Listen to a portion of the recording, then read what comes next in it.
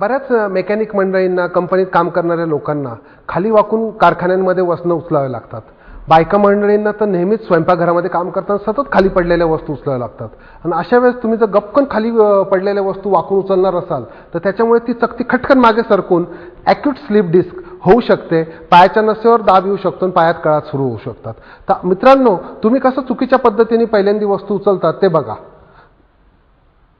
अशा पद्धतीने तुम्ही जर वस्तू उचलली तर तुमच्या कमरेची वाट हमखास लागणार. याच्यामध्ये त्यांचे पाय ताटच्या ताट होते, वस्तू दूर पकडलेली, हात ताट आहेत, ही चुकीची पद्धत.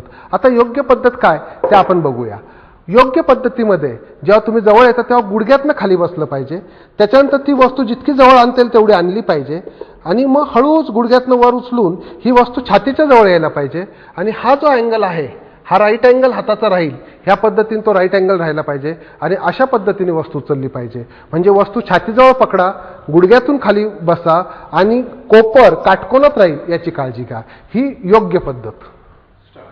आपल्या भगिनी मंडळी झाडू मारतात त्यावेळेस कंबरेत वाकून झाडू मारतात आणि त्याच्यामुळे काय होतं की मणक्यामध्ये खूप गॅप पडते, स्लिप डिस्क होऊ शकते, सियाटिका होऊ शकतो.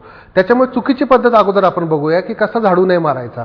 आता तुम्ही जर बघाल तर मिसेस सोना झाडू मारताना कमरेतनं वाकल्यात आणि त्याच्यामुळे त्यांच्या कमरेवर प्रचंड ताण येतोय. तर ही चुकीची पद्धत.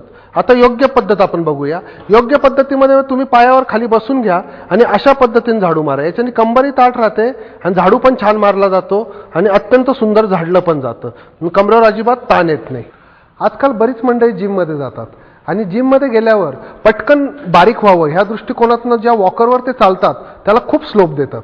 आणि जेव्हा खूप तुम्ही स्लोप देता तेव्हा तुम्हाला खूप पुढे वाकावं लागतं आणि पुढे वाकल्यावर कमरेवर प्रचंड ताण येतो. त्याच्यामुळे ज्यांना कमरेचा त्रास आहे, आता तुम्ही बघा ह्या ताई जर बघाल तुम्ही तर ह्याच्यावर इतका भरपूर स्लोप दिलेला आहे. हा स्लोप जर तुम्ही बघाल आणि ह्या स्लोप दिल्यामुळे त्यांना पुढे वाकावं लागतंय आणि पुढे वाकल्यामुळे त्यांच्या कमरेवर तर ताण येतोच आहे, परंतु गुडघ्यावर पण ताण येतोय आणि याच्यामुळे कमरेची आणि गुडघ्याची दोघांची वाट लागते. त्याच्यामुळे हा वॉकरला जितका कमी स्लोप तुम्ही द्याल तितका कमरेवर कमी ताण येतो. आणि त्याचप्रमाणे तुम्ही जर थोडीशी तुमच्या स्पोर्ट्स शूजला थोडंसं हिल्स असतील तर तुम्ही जास्त ताठ उभे राहतात आणि ताठ पायाने, ताठ कमरेने, ताठ गुडघ्याने चालू शकतात. मित्रांनो, आता आपण वॉकरवर चालायची योग्य पद्धत बघूया. आता जर तुम्ही ह्या ताईंकडे बघाल तर त्यांची कंबर एकदम ताठ आहे, कारण वॉकरला बिलकुल स्लोप नाही, पूर्ण फ्लॅट आहे, सरळ आहे, एका पातळीमध्ये. त्याच्यामुळे त्यांना पुढे वाकावं लागत नाही आणि त्याच्यामुळे त्यांची कंबर ताठ राहते, कमरेवर आणि गुडघ्यावर ताण येत नाही. तुम्ही जर बघाल त्यांचे जर शूज बघाल तर त्याला किंचित मागच्या बाजूने हिल आहे आणि किंचित हिल असल्यामुळे त्यांना कमरेतनं जो ताठपणा यायला पाहिजे तो येतोय आणि त्याच्यामुळे कमरेचा आणि याचा लोड कमी होतोय गुडघ्यावरचा.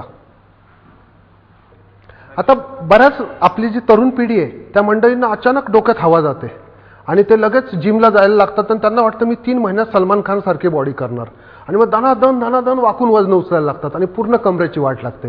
आणि मित्रांनो, ही जे मणका दबला जातो, मणक्याची वाट लागते, हे आयुष्यभर भोगावं लागतं आणि हा त्रास कधीच जात नाही. मग नंतर ऑपरेशनची पण वेळ येऊ शकते. त्याच्यामुळे हळूहळू शरीराला तुम्ही सवय करा, त्या स्नायूंची ताकद हळूहळू वाढवा. आता तुम्ही जर बघाल तर हे महाशय बघा, हे व्यायाम करतायत. हे व्यायाम करताना कमरेवर त्यांच्या प्रचंड ताण येतो, कारण ते कमरेत बघा किती वागतायत. त्यांची पूर्ण बॉडी ह्या भागातनं पुढे वागते आणि जशी वागते ह्या कमरेवर ताण येतोय. तर अशा पद्धतीने कमरेवर लोड येणारे व्यायाम तुम्ही कधी करू नका. हे चुकीची पद्धत आहे. आपण योग्य पद्धतीने कंबर ताठ ठेवून पट्टा वापरूनच व्यायाम केले पाहिजे. आता आपल्या भगिनी मंडळी जेव्हा पोळ्या करतात तर इतक्या पुढे वागतात की त्या कमरेची वाट लागते. त्याच्यामुळे तुम्ही आता बघा, ह्या मिसेस सोनार आता पोळ्या करतायत, ही अयोग्य पद्धत. ह्या वागताना ही पूर्ण कंबर वाकवल्याशिवाय तिथं वजनच पडत नाही पोळीवर आणि त्याच्यामुळे काय होतं, कमरेवर ताण येतो, ती डिस्क मागे सरकते, म्हणजे स्लिप डिस्क होते. आता आपण योग्य पद्धत बघूया. पोळ्या करताना बायकांची कंबर ताठ राहिली पाहिजे. त्याच्याकरता एक छोटीशी आयडिया आहे. एक 4 इंच किंवा 5 इंचाची एक स्टेप किंवा पायरी आपण म्हणूया. जर आपण पायाखाली घेतली, आता बघा मॅडमनी पायाखाली एक 4.5 इंचाची स्टेप घेतली, त्याच्यानंतर तुमची कंबर ऑटोमॅटिक स्ट्रेट होते आणि तुम्ही प्रयत्न केला तरी सुद्धा पुढे वाकणं थोडं कमी होऊन जातं आणि त्याच्यामुळे कमरेवर ताण येत नाही आणि पोळ्यांवर वजन पण छान पडतं. सुरुवातीला सवय नसताना काही काळ तुम्हाला त्रास होईल, लागल्यावर तुम्ही ह्या पायरीशिवाय पोळ्याच करू शकणार नाही.